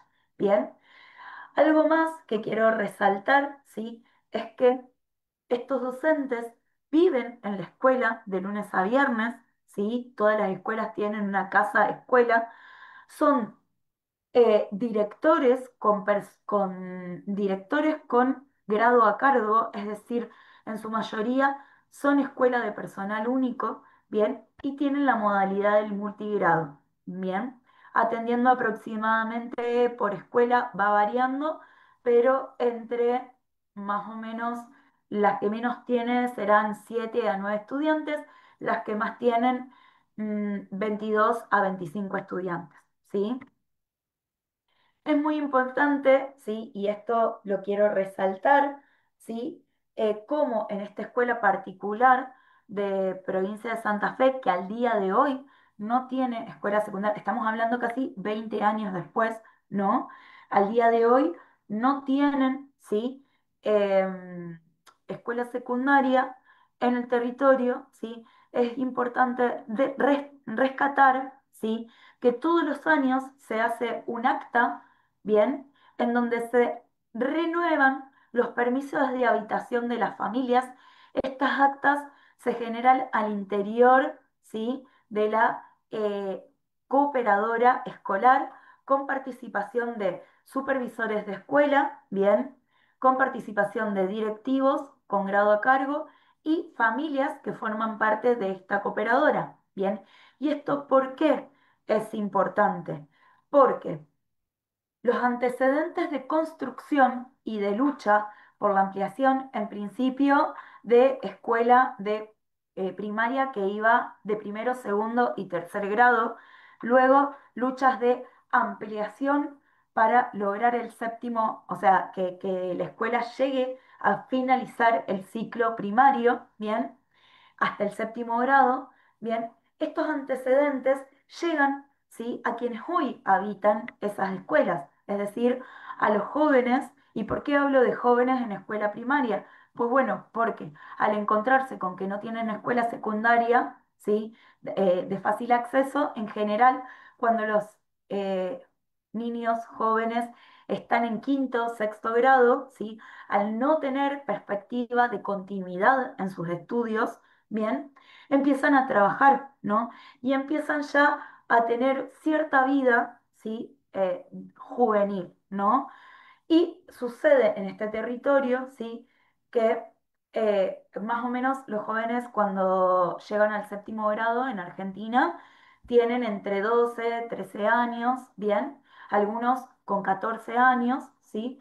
pero generalmente a los 15 años ya logran la independencia, es decir, ya forman su propio núcleo familiar, ya forman sus parejas, ya tienen su trabajo vinculado a la pesca, vinculado a la ganadería, vinculado a la apicultura y ya empiezan a tener hijos que luego forman parte de la población escolar, ¿sí? Que va a la escuela. Entonces, ¿qué sucede? Que en el trabajo de campo yo me encuentro con madres de 20, 22, 23, 25 años que luchan por una escuela secundaria en el territorio, ¿sí? Pero no solo pensando en sus hijos, sino también pensando en ellas mismas. Y esto, y acá viene la importancia de pensar en términos de experiencias formativas, llega a la escuela también, ¿no? Y llega a la escuela de la mano de los estudiantes, ¿no? No de la mano de los docentes, ¿sí? O del director con grado a cargo. Ejemplo, Suso, ¿sí? Me dice, el papá de mi abuela ayudó a construir la primera escuela, ¿no? Yo soy la primera en venir a esta escuela, pero mi mamá fue a la otra escuela, ¿sí? Primaria, que quedaba en tal lugar. ¿No? No sé si mis abuelos hicieron la escuela. Mi papá empezó en tal escuela, luego se dedicó a la escuela, luego no fue, ahora vengo yo, ¿bien? Entonces, ¿cuáles son los sentidos que tiene la escuela primaria en este territorio? Bueno, tiene un sentido, ¿bien? En principio, de aprendizaje puntualmente situado en la lectoescritura y en las matemáticas. Esas son las importancias que le dan las familias, bien, pero también un sentido de lucha, es decir, son escuelas creadas por el territorio y luego sostenidas y acompañadas, ¿sí? Por los docentes que están allí, bien. Entonces, ¿qué es lo que sucede? ¿Sí? Que si bien nosotros lo que vemos aquí es el río, ¿sí? Vemos la ciudad de Rosario y parece cercana. Este trayecto en lancha, ¿sí? En lancha, es un trayecto que lleva 15 a 20 minutos. ¿Por qué? Porque tenemos que tener en cuenta la corriente del río, que es en bajante en este sentido, ¿bien? Y la ubicación que tienen las guarderías náuticas, que si yo tuviese que ubicarlas en el mapa, quedarían más o menos a la altura de donde se encuentra el cursor en este momento. Bien, por otro lado, ¿sí? Tenemos que pensar que los estudiantes, ¿sí? Las edades que tienen son menores de edad, con lo cual este trayecto no podrían hacerlo si no es acompañado de un adulto. Bien, eh, o si no se implementaran barcos que permitan, ¿sí? Ese cruce náutico. No existe este tipo de transporte, con lo cual, por la edad que tienen, deberían cruzar remando y esa remada llevaría 40 minutos o disponer de que un padre o madre pueda alcanzarlos en la lancha. Bien, ¿cuál es la cuestión a tener en cuenta en todo esto? Que em, los padres y las madres no tienen horarios de oficina. La pesca generalmente es un trabajo que se hace en horarios de 3 a 11 de la mañana, porque luego se va a la zona de la costa para poder vender, ¿bien? Y el trabajo de la ganadería, como les mostraba, ¿sí? En otras, que son las islas más profundas, más de adentro del territorio, ¿sí? Las que no tienen acceso directo al río Paraná. Ahí los estudiantes deberían hacer un trayecto, ¿sí? Que requeriría un tramo a caballo, luego un tramo en lancha, y esto, ¿sí? Es muy difícil para las familias, ¿bien? Entonces, bueno, quería mostrarles un poco de cómo es el trabajo, ¿sí? Con los estudiantes, de cómo es la salida, pero también que puedan visualizar qué supone ser un estudiante de séptimo grado que está aspirando, ¿sí? A, a acceder, a tener acceso, ¿sí? A algo que es un derecho, pero que por otro lado también es una obligación, ¿no? ¿Por qué? Porque al no poder tener acceso a la escuela secundaria, bien, no pueden acceder a trabajos dignos o trabajos en blanco, bien, como le llamamos en Argentina, que es trabajo con cierta inscripción, ¿no? Con cierto reconocimiento o regularidad. En este sentido, bien, Algo que me parece muy importante, perdón, de resaltar es lo que resaltan las madres, ¿sí? De estos estudiantes, que nos dicen, a ver, yo para trabajar de cajera en un supermercado, para trabajar en una empresa de limpieza, me piden mi título secundario, ¿no? Y yo no lo tengo, ¿bien? Entonces, esto genera que muchas generaciones, ¿sí? Estén quedando por fuera de un sistema formal de trabajo, ¿sí? A la vez que no se está garantizando, ¿sí? El derecho y al acceso a la educación, incumpliendo no solo con una normativa nacional, sino con normativas internacionales a la cual Argentina está eh, inscripta. Bien. Por otro lado, y también hablando, ¿sí? De estas experiencias formativas que me parece muy importante de poder resaltar, hay algo que nos dice el ex director de la escuela, porque este director ya se jubiló, ¿no? Que es que la relación entre la escuela y la comunidad es buena, ¿no? Pero no solo es buena, es forzosamente buena, porque la escuela como institución es el referente de la comunidad, pero a la vez sin comunidad no hay escuela, ¿bien? Es decir, en esta zona, ¿sí? En estas zonas de islas, las escuelas muchas veces son el único lugar, ¿sí?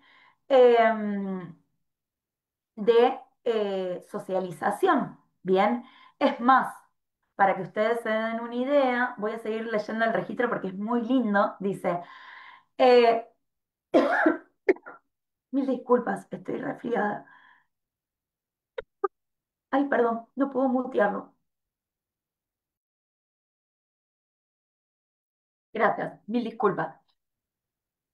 Dice el director de la escuela, al no haber un club, no hay vecinal. Todo lo que sea movimiento social se canaliza a través de la escuela. Cuando hay que hacer operativos de salud, vienen los de la salud pública, los de la asistencia social, todos a la escuela. La facultad de odontología viene una vez al año, una vez cada 15 meses, a la escuela para realizar operativos de salud mental, no solo de los niños, sino de todas las familias de la zona. Bien, y ahí se instala el consultorio odontológico móvil, se hace tratamiento a los chicos, a la gente adulta, a todo el mundo, ¿no? Las campañas de vacunaciones también se realizan en la escuela. Cuando llega o llegaba una acción social de nación, llega a la escuela y desde la escuela se reparten las donaciones, se hacen las distribuciones, ya sea de ropa, de alimentos no perecederos, o sea, la escuela en la isla, y es casi para todas las escuelas rurales, dice el director, en la escuela, en la ruralidad, es la referente que reúne a la gente, ¿sí? Pero particularmente la gente de acá, ¿sí? Necesita de esta cooperadora por esta cuestión que yo le decía, ¿no? De la renovación, de la habilitación, ¿bien? Y es el director de esta escuela quien forzosamente tiene que llegar, ¿sí? A la comunidad y reforzar el vínculo con la cooperadora y con la comunidad, porque si bien las familias quedan, ¿sí? Son los directores quienes van cambiando, ¿no? Y por ende son los docentes quienes van cambiando, ya sea por jubilación, por traslado, etcétera, etcétera. Eh, ay, no me pasa la... Ahí va. Entonces, y a modo de síntesis, para ir cerrando, porque teníamos media hora para la exposición, yo hablaba, sí, en un principio, de el pasaje a la escuela secundaria, ¿bien? Y por eso vemos ahora entrecomillado los pasajes a la escuela secundaria. ¿Por qué? Porque no hay uno, sino que hay varios, ¿sí? Es decir, en relación a estas luchas que se van tejiendo, ¿bien? Em, las madres, padres, los jóvenes siguen pidiendo distintas facilidades. Durante la pandemia, durante el periodo de la pandemia, hubo una excepcionalidad que les permitió, ¿sí? A quienes no estaban pudiendo garantizar la escuela, acceder, ¿sí? A través de la virtualidad y lograr acceder al título secundario. O sea, hubo muchas familias que lograron regularizar su situación, pero al día de hoy sigue sin haber escuela secundaria, con lo cual, ¿sí? Para las familias es importante, primero, porque que haya escuela secundaria en el territorio supone poder seguir viviendo en el territorio, ¿sí? Por eso esta historia y esta tradición de lucha. La escuela supone una familiaridad, ¿bien? Se le otorga continuidad, se le otorga la continuidad, supone una familiaridad porque la familia forma parte de la escuela, pero a la vez vive en la escuela, ¿no? En el territorio, en los terrenos de la escuela, no hay cerco entre la escuela y la casa de los habitantes, ¿sí? Muchas veces el patio de la escuela es utilizado para festejar cumpleaños, a la vez cuando hay época de creciente, ¿sí? Al vivir el director en la casa escolar, ¿sí? Se organizan distintas proyecciones, entonces sacan el proyector, ¿no? Y se arman tardes de cine y, por ejemplo, proyectan una película, entonces tienen esta función social, ¿no? Y entonces esta familiaridad, ¿no? Se amplía a los horarios escolares, ¿bien? Se le otorga por parte de las familias y por parte de los jóvenes también, ¿bien? El valor a la continuidad de los estudios en términos de ascenso social, ¿no? Esto que yo traía de poder acceder a algún tipo de empleo formal, poder salir de las lógicas irregulares que tiene la pesca, que tiene la apicultura, la ganadería, ¿bien? Y si bien la continuidad de los estudios no supone una linealidad temporal, es decir, eh, esto que yo les comentaba, ¿no? Hay padres, madres que al día de hoy, e incluso teniendo 20 años, 20 y pico de años, siguen abogando para que haya una escuela en el territorio porque siguen con la idea de poder lograr cumplimentar sus estudios obligatorios, ¿bien?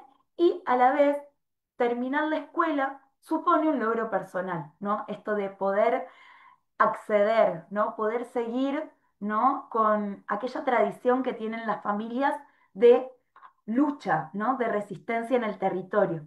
Y por otro lado, reivindicar un derecho y esta obligación que tiene el Estado, ¿bien? Que desde el año 2006 aboca, ¿sí? Para que efectivamente haya una escuela secundaria, pero sin que esto se implemente de manera efectiva en el territorio isleño.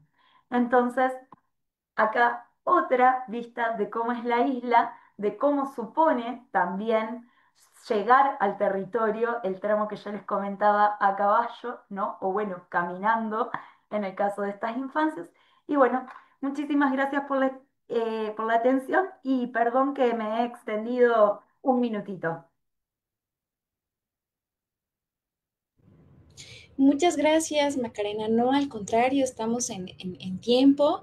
Muchísimas gracias por compartir esta pues investigación tan interesante que además de muchísimo tiempo y que has expuesto también bastante bien este paisaje, ¿no? Este paisaje geográfico, social, cultural y que sin duda nos lleva a reflexionar cómo la ruralidad pues va más allá del campo, no en un sentido como de tierra, sino que también pues incluye todas estas, pues todos estos territorios y geografías, ¿no? Entonces, en ese sentido, muchas gracias y pues muchas felicidades también por una investigación ya bastante avanzada y compleja y que como bien señalas, pues tiene muchísimas aristas que incluso trascienden meramente lo educativo, ¿no? Y que tienen que ver con políticas, injusticia social, epistémica, educativa, ¿no? Bueno, pues muchísimas gracias y pues quiero invitar a los y las participantes de la sala de Zoom, que son miembros de la red, a que, bueno, si quisieran preguntar directamente a nuestra expositora Macarena, también miembro de la red. Por acá, Gloria dice, excelente los proyectos presentados, muchas felicidades a los expositores. Y Patricio Ledesma dice, gracias, muy amables. Bueno, de cualquier forma yo dejo la invitación para que pues puedan encender su micrófono y directamente preguntar. También les recuerdo que para quienes nos ven en Facebook, pues pueden hacer sus comentarios a través del chat. Por ahora como que no hay ahorita comentarios, pero bueno, seguramente van a ir llegando. Y pues a lo mejor en lo que llegan comentarios, a mí sí me gustaría como contar un poquito de lo difícil que es ahorita que tú nos comentabas como todos estos trayectos que tienen que hacer, lo que significa estar en escuelas, pues que hay una deuda histórica, ¿no? Del Estado, de las instituciones y de lo difícil y complejo que resulta, y que para nada hay que como romantizar ese aspecto, ¿no? Entonces yo pensaba mucho cuando tú nos ibas platicando el desafío de ser docente, o sea, en estos territorios, y tú un poco mencionabas también, bueno, pues hay esta aspiración también de estudiar por una cuestión pues personal, pero también por una cuestión de movilidad social, que sin embargo pues está pues lamentablemente en nuestros países latinoamericanos, porque también aquí en México pues ocurre eso cuando uno trabaja en comunidad rural y está esta expectativa de, bueno, la escuela va a mejorar nuestras vidas, ¿no? O sea, el tránsito por la escuela va a garantizar una situación social, económica, pues de mucho mayor seguridad, ¿no? Menos vulnerabilidad. Y en este sentido, a lo mejor que nos platicaras un poquito más cómo los y las docentes viven esta sensación, ¿no? Como de estar en ese límite entre, bueno, estamos pues construyendo este derecho a la educación, también en un escenario muy precario en el que pues no basta solo como aprendizajes mínimos. Acá en México, por ejemplo, se habla de los aprendizajes mínimos, ¿no? Que es que sepan sumar, restar, ¿no?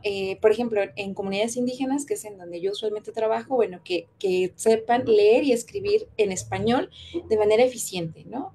¿Por qué? Porque la expectativa es que se conviertan en obreros, ¿no? La expectativa es que, pues, sí, se conviertan en empleadores, ya no campesinos o campesinas, digo, en empleados, pero pues también en condiciones muy precarias, ¿no? Muy lamentables, ¿no?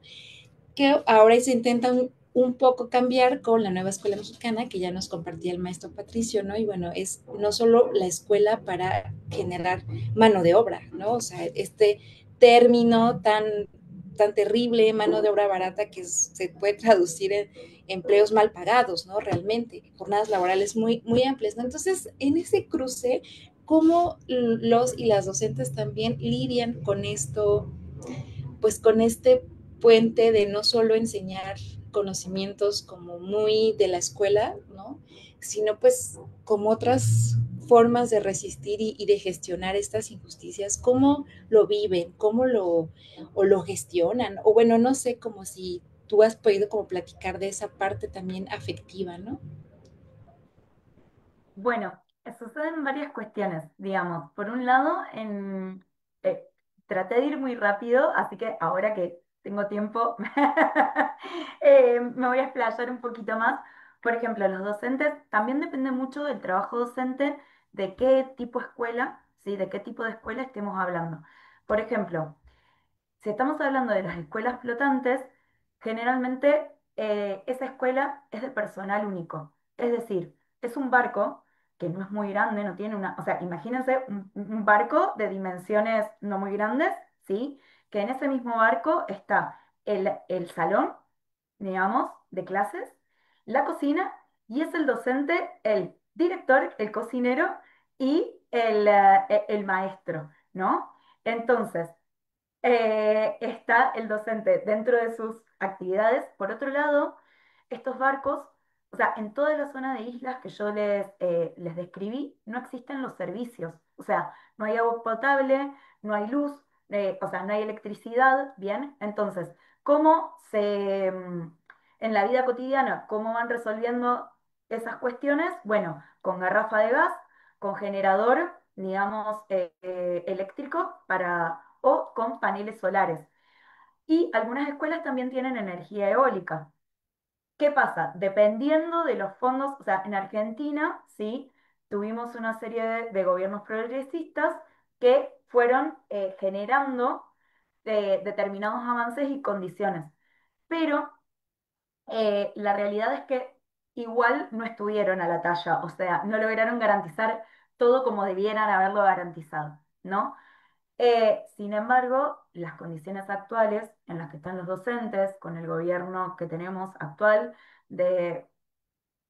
bueno, perdón la caracterización, pero tengo que ser sincera de derecha fascista, realmente está siendo un gran problema. ¿Por qué? Porque quienes tienen empleos irregulares, ¿sí? O precarizados, o esta mano de obra, ¿sí? Barata, bueno, están teniendo muchísimos más problemas para generar la subsistencia, digamos, no la vida, ¿eh? La subsistencia literal, ¿no? A la vez, los sueldos docentes han quedado congelados, está habiendo muchísimos paros, entonces la realidad de la vida cotidiana de cada escuela en este momento está extremadamente complicado y estallado, ¿no?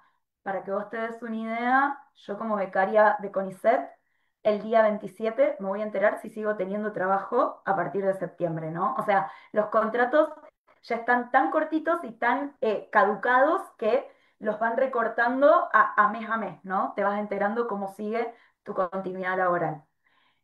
Eso en términos de pérdidas de derecho. Ahora, para trasladarlo a los docentes por fuera de este gobierno, o sea, me voy a separar un poco históricamente y me voy a ir a antes de diciembre de 2023. Bien, los docentes, por ejemplo, que viven en los barcos de escuela, están de lunes a viernes, ¿sí? En el barco, bien, pero generalmente son varones, ¿sí? Y son personal único que viven solos.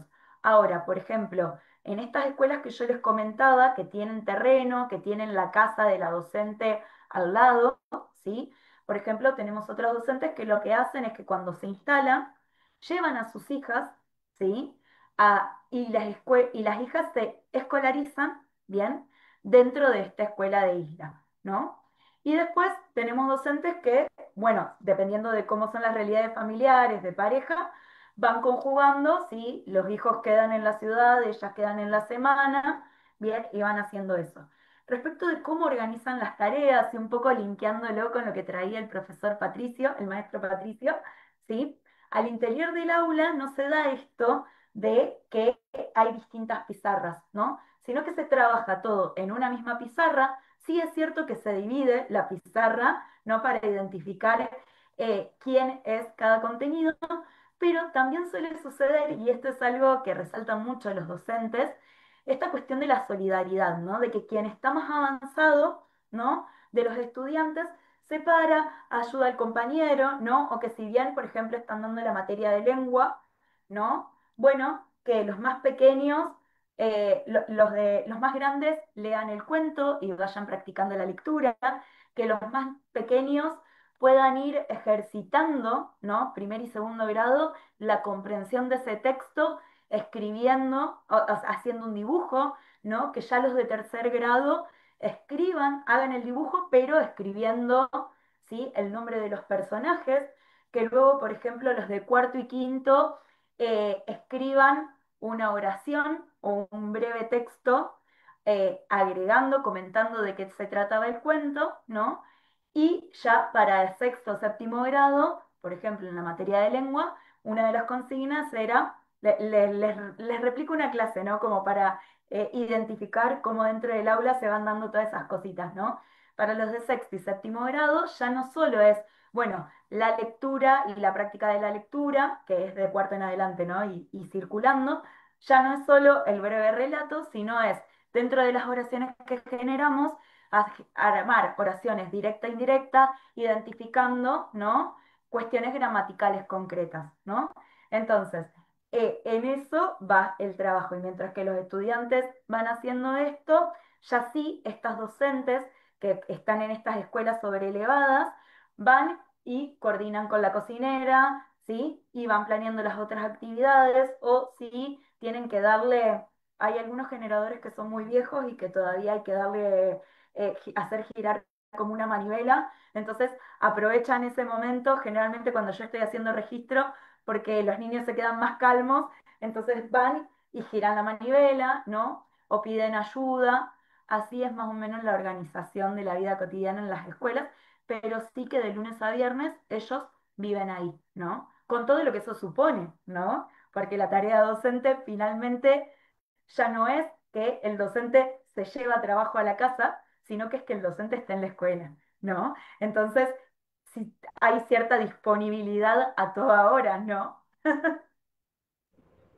Claro, muchas gracias Macarena por esto que nos comentas y bueno, llegando ya casi al final de sesiones de la RIER, pues sin duda es una constante la figura docente en las escuelas rurales, o sea, es todóloga, ¿no? O sea, y aquí pues prácticamente, como bien dices, cocinera y demás, y que también pues debería haber una atención ahí como más enérgica hacia su labor y hacia su reconocimiento. Y bueno, quisiera el maestro Elisandro, tiene una participación, entonces adelante maestro, ¿lo escuchamos? Hola, bueno, buenas tardes. Hola Macarena, un gusto.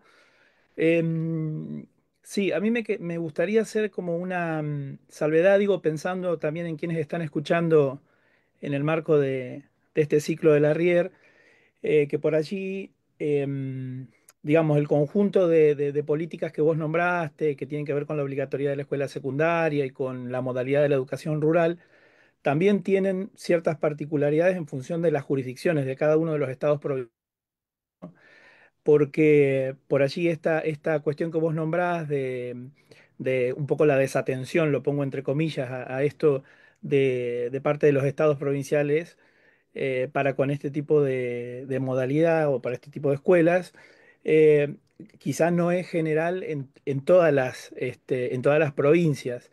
eh, o hay matices, vamos a decirlo así, ¿no? Porque también me parece que ahí hay una responsabilidad de los estados provinciales, de los estados jurisdiccionales, en cómo garantizar el derecho a la educación, aún en estos contextos diversos y por allí inhóspitos, ¿no? En el caso de ustedes es el río, en otros casos son las distancias, en otros casos es la accesibilidad, en otros casos son los terrenos de los caminos, en otros la comunicación, la conectividad, digo. Y me parece que ahí también es importante poner cuáles son las particularidades que tiene, en el caso nuestro, las 24 jurisdicciones o las 23 jurisdicciones que tienen estas escuelas con estas modalidades, tienen digamos, un panorama bastante complejo. Sí es cierto, esto que vos decís, Itzel, que la centralidad de la docencia y del protagonismo de los maestros y de las maestras y de los profesores que trabajan también en los circuitos itinerantes de formación en secundaria tienen una centralidad en los procesos reflexivos y que también muchas veces recae en ellos o en la propia escuela algunas responsabilidades que no son propias de la escuela, porque la atraviesan pero la exceden. Y a su vez tiene que ver con unas cuestiones más estructurales, ¿no? Sobre todo, bueno, nosotros en Argentina estamos como en un momento bastante complejo en relación a eso. Pero también es cierto que hay otras realidades donde los estados provinciales han tratado de sostener estas políticas, más allá de la finalización de programas un tanto más clásicos para la modalidad rural, como ha sido el PROMER. Y acá yo solamente voy a hablar por la provincia que conozco más, que es la provincia de La Pampa, que es donde yo trabajo. Y los estados, en este caso, el Estado ha tratado de sostener que haya una diferenciación en términos de las condiciones laborales de los docentes que trabajan en la modalidad rural. Ha habido un sostenimiento por parte del Ministerio de Educación Provincial, por ejemplo, en los recursos hacia las instituciones, la formación situada, la profesionalización, lo cual también queda un poco a merced, digamos, de esto que vos decías un poco al principio bueno, la desidia de algunas jurisdicciones o de algunos gobiernos provinciales en relación con la modalidad que nos convoca en este ciclo, ¿no? Pero digo porque por ahí quienes nos Sí, escuchan a no, veces no, no. no Gracias, terminan de imaginar Lisandro. los territorios tan complejos y No, sí, sí, pequeños sí. que tenemos y Gracias, está bueno Lisandro, lo que estás eso. diciendo, porque yo creía que lo había salvado cuando dije esto de que hay distintas provincias y que lo atraviesa. O sea, de hecho, a ver, por ejemplo, Entre Ríos ha logrado implementar 3 escuelas secundarias, ¿no? Y sin embargo, Santa Fe, en las 3 escuelas de islas, yo por la porción de territorio, o sea, por el tramo de territorio, solo tomo una, digamos, de Santa Fe todavía no lo ha logrado implementar y de hecho lo único que logró hacer en todo este entramado complejo es, para que no se cerrara esa escuela, instituir esa escuela como una escuela urbana en contexto marginal. O sea, todo esto que vos traes de las formaciones para docentes rurales, de la diferencia salarial, etcétera, etcétera, etcétera. Incluso el transporte, digamos, no se le es reconocido a la docente porque, claro, como queda dentro del sistema, o sea, como una docente de un contexto urbano de urbano en contexto marginal, digamos, no se le puede habilitar todo lo otro, ¿no? Entonces, también eso forma parte de la complejidad y agradezco muchísimo que hayas hecho esta salvación, porque inclusive nos podemos remitir, digo, ni siquiera yéndonos a la Pampa, digamos, podemos pensar en qué pasa en el Delta bonaerense, y el Delta bonaerense, que es algo que también las familias y los docentes eh, miran mucho, digamos, el Delta bonaerense tiene lanchas, digamos, que son transportes escolares, que pasan a buscar a los jóvenes en la zona y a los niños en la zona de Tigre y en la zona de la segunda sección de islas, pasan, o sea, tienen como paradas establecidas, las infancias van o juventudes van hasta ese punto y logran llegar a la escuela, ¿no? Entonces, digo, es tan heterogéneo y es tan diverso que siendo inclusive un mismo río, cambia si es provincia de Buenos Aires, cambia si es provincia de Entre Ríos, cambia si es provincia de Santa Fe, ¿no? Entonces, que no quede, por favor, o sea, porque quizás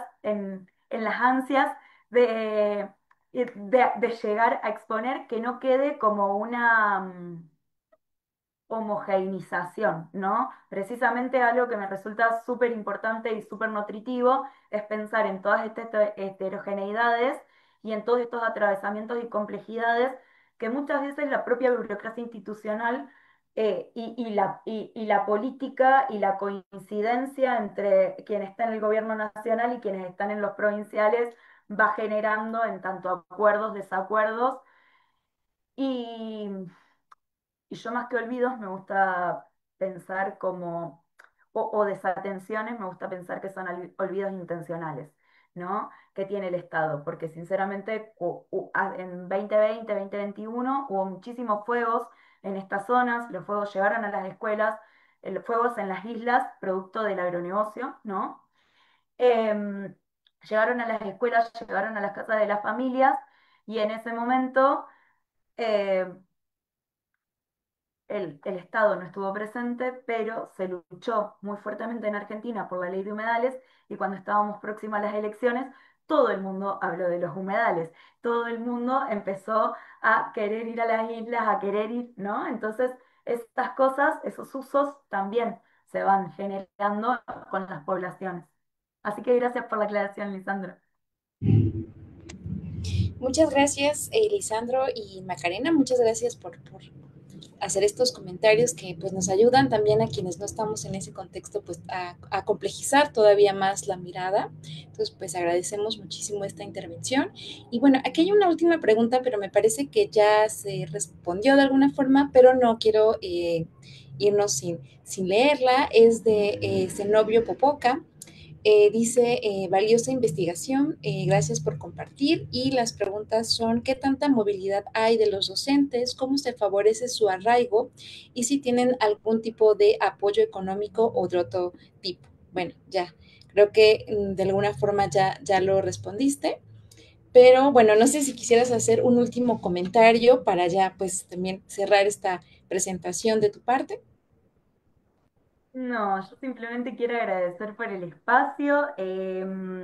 Me parece súper importante que este tipo de investigaciones sigan, que se pueda seguir financiando, que se pueda seguir reforzando tanto la educación como la investigación pública, porque siempre nos permiten descubrir cosas que están pasando en el territorio que pueden servir para otros territorios y que pueden nutrir no solo a nosotros como personas y como individuos, sino en términos sociales, pueden ayudarnos a esto, ¿no? A conocer, a, a estar inmersos en las distintas realidades, en poder ver las heterogeneidades y aprender de eso, ¿no? Así que simplemente eso. Muchas gracias, Macarena. Coincido totalmente que este tipo de espacios es precisamente para conectarnos y darnos cuenta de lo que sucede en otras latitudes, estas coincidencias, estos proyectos que están también pues innovando y también esas dificultades que enfrentamos quienes estamos trabajando en contextos rurales y que son también tan diversos y están atravesados por tantas opresiones e injusticias, ¿no? Entonces, bueno, pues te agradezco muchísimo, Macarena, también a Patricio Ledesma, le agradezco muchísimo sus presentaciones el día de hoy que se complementan bastante bien y pues con esto llegaríamos a finalizar nuestra sesión 13 del RIER. Esta es la penúltima sesión y bueno, pues antes de irnos, les quiero hacer la invitación a todos los miembros y las miembros de la RIER a la sesión 14 que se llevará a cabo el 19 de septiembre en nuestro horario habitual, 5 de la tarde, que es pues hora del centro de México. Y en esa ocasión tendremos la presentación de la revista Voces del Magisterio Rural, un espacio de construcción y difusión académica por parte del docente rural, precisamente hablando de la importancia de esta figura en los contextos en los que estamos y que hay que seguir pues dándole visibilidad y voz también en estos espacios. Y también tenemos la presentación del dossier La Riera Puertas Abiertas en la revista iberoamericana de educación rural, como comentaba Lupita al inicio de la sesión, pues es nuestra revista. Entonces, pues bueno, estoy muy contenta de esta sesión. Les agradezco nuevamente a nuestras participantes, a los y las miembros de la red que se conectaron a la sala de Zoom y a quienes estuvieron acompañándonos a través de la transmisión en Facebook. Muchas gracias por sus comentarios y por estar aquí el día de hoy. Nos vemos el 19 de septiembre. Muchas gracias.